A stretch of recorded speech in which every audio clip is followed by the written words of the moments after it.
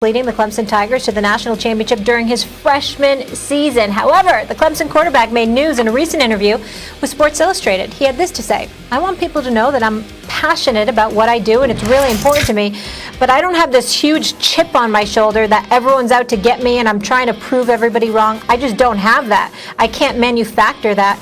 I don't want to." His father adding this quote: "He's not award-driven. He's not, I want to win a Super Bowl at all costs." Our quarterback, Dan Orlovsky, with us now. Dan, top of the morning to you, sir. We will get to you momentarily. I like the spring look. I'm into it. Trying here, Mom. Max, should the Jaguars... We're all trying. Should the Jaguars be concerned about Lawrence's comments? Yeah, you have to be concerned. I mean, you have to be concerned. And if you don't think you have to be, I was talking to Louis Riddick on my radio show yesterday, the Max Kellerman Show, 2 p.m. Eastern on ESPN Radio and ESPN Plus. Dan Orlovsky is a frequent guest. And I asked Louis Riddick, what would happen if Justin Fields said this? What do you think would happen to his draft stock? You know, I think people would be much more readily, you know, they would recognize, uh-oh. Now, am I scared to death? No. But of course your eyebrows raise, because I know that there have been athletes in the past, like I think of Kevin Durant when he was on OKC. Stephen A., Marcellus and I used to talk about this on Max and Marcellus back in the day, afternoon drive in L.A. You know, he came out and said, look, it's not my whole life. There are more important things in life, that kind of stuff. And, you know, you're covering a team with Kobe Bryant back then, the Lakers. And so we're like, okay, I guess it's possible to be among the greatest of all time and not have the Mamba mentality. I know that, you know, Michael Jordan and Kobe Bryant and Larry Bird and these killers did it one way. KD may just be a different kind of cat. And as it turned out, he was indeed, you know, great. But it's not usually the way it goes. We can't pretend that we don't get a little bit alarmed when we don't hear Tom Brady in a guy. When we don't hear a guy, I eat, sleep, I live this. If you cut open my head, all you find is a football. That's all I want to do is win, win, win, win, win. It's possible he can be great anyway. It's just not normally the way it goes. And so, of course, I would be concerned. I have very little concern. I get your point as it pertains to what if Justin Fields had said that? What if Trey Lance had said that? Because let's face reality, we live in a time and age where no matter how much we try to debunk it, shove it aside or whatever, black individuals that play the quarterback position are judged differently. We see it. We see evidence time and time again. I personally am incredibly alarmed by how Justin Fields could be viewed as the number 2 quarterback once the season is over. And without a game being played, an interception being thrown, a turnover being committed, suddenly he's number 5. Even though now Vegas has him moving up, the odds are in favor of him moving up to the number 3 slot instead of all the way down to number 5 behind Mac Jones and Trey Lance. So that's a different subject to another day. But as it pertains to Trevor Lawrence, let me tell you why I have very little concern. Part of the reason I have very little concern is his resume. His resume, he's completed 66.6% of his passes. He's thrown 90 touchdowns and just 17 interceptions in 3 years. His record is 39-3. He's a national champion. He's been to the playoffs all 3 years. This dude has been electrifying for the most part. And there was a college football season last year because of him in large part, because he stood up and raised his voice and talked about the importance of these games continuing to be played. So let's not underestimate it at all. He might not be giving the media anything for bulletin board or headline material, but the reality is that he is passionate about a few things, and when he has been passionate about it, he's expressed himself in a way that lets us know he's not some cyborg like you would call Kawhi Leonard, Max. So let's take that into consideration. And last but not least, nobody else is going to say it, so I will. You know what? He's not black, to my knowledge. He doesn't come from an impoverished background or anything like that. So what chip should he have on his shoulders? The reality of the situation is that life has been very, very comfortable for him, and we know that the sky's the limit for him in the future. So as a result of that, you know what? It doesn't bother me that he doesn't walk around with a chip on his shoulders, because he doesn't have to. he can just go out there and perform without a care in the world. Because compared to most people, he doesn't really have that much to worry about, considering the kind of life that he has had and the kind of life he's earned and will continue to earn. I have no problem with what he said, coming from him. Yeah, a motivation is fleeting. Habits are everything. You know, Trevor Lawrence is talking about, I'm not motivated to prove people wrong or to prove doubters wrong. Motivation comes and goes. You guys know that, especially for athletes. Motivation comes and goes. What's your habits like? I need you to have championship habits. You're the person that's going to go to bed every night and have to get up in the morning and do the work.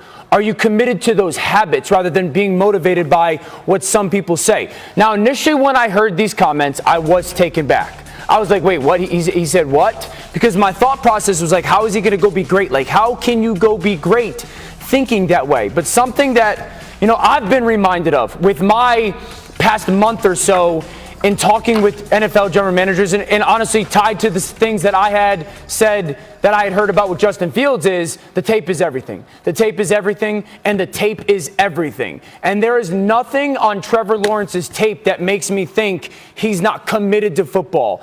And a quote in this article, in this Sports Illustrated article, it's a great article, a quote that is being left out is at the very end of the article. I tell everybody something again that I've been reminded about of last month is do every bit of your homework that is necessary. Because I read the whole article, and the very end of the article says that his high school coach at Lawrenceville, Georgia, brought him in there in high school. And he said, Trevor, what are your goals? You got to give me a goal. You got to have a goal. And Trevor Lawrence didn't even look at him. He just looked off and said, I want to be one of the greatest to ever do it. And that's not getting talked about, right? So, like, if he's committed to that, if that is something that is internalized for him, then him saying, I'm not motivated, there is no doubt. He's been the guy since he was 13 years old. So I don't have any concerns about it. And it is potentially a different situation for him in compared to other quarterbacks. Dan and Max, you'll smile when I tell you this little story. Indulge me for a second. I want to tell you a little story. So I'm covering the Philadelphia 76ers years ago. And Larry Brown is lamenting, just complaining about Allen Iverson. You know what I'm saying? Stevie, you don't understand. Stevie's got to come to practice on time. He's got to do this. He's got to do that, right? So Allen gets so tired, AI gets so tired, Max, of hearing Larry Brown's mouth. Guess what AI did? AI's like, I'm not going to hang out with my boys. I'm not doing anything.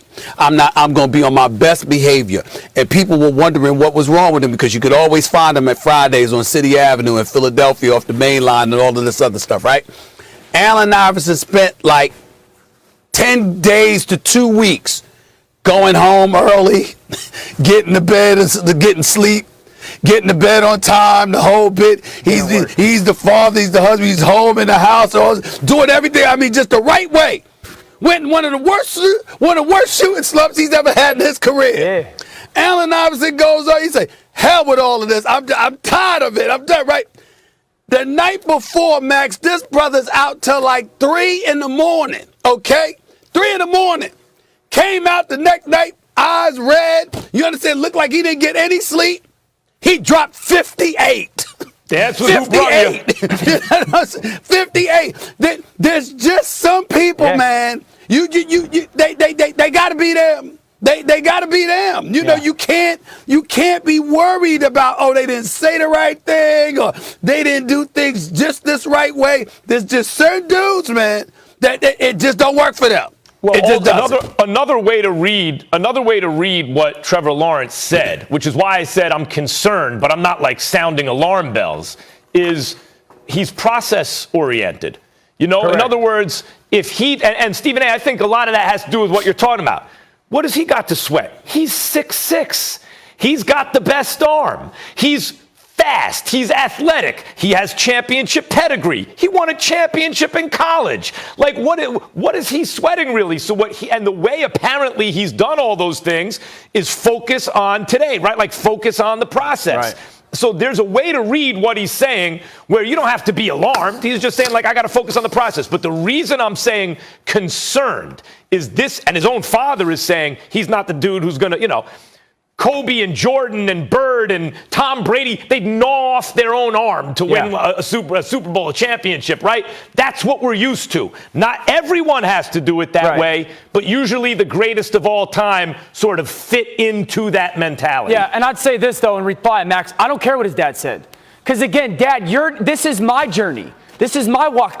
You're not going to bed with me and getting up at 4 in the morning to do the work. You're not watching the tape. You're not doing the drills. I don't care what you said, Dad. This is my passion. This is my love. And I remember Peyton Manning, like 2 or 3 weeks ago, hearing Peyton Manning talk about playing, and he said, I didn't do all that extra work, and I didn't take a single snap to prove other people wrong. I did it out of the reverence of the game. And so at the end of the day, everybody's got their own little walk, their own little way to go accomplish what they want to go accomplish. And I think Trevor Lawrence is just being candid with us. And again, this is the same interview that Trevor Lawrence stated, I just want to be the best to ever do it.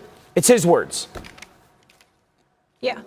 It appears it's working out for him because he's the projected #1 overall pick. We all think he's going to the Jags, who for the first time ever have that first pick. All right, we'll keep it rolling. When we come back, more interesting quarterback conversation. We will hear from Bill Belichick. Will the Patriots trade up to get a quarterback? Bill answers that next. And you know Max and Stephen A want to react. Stay right here, First Take.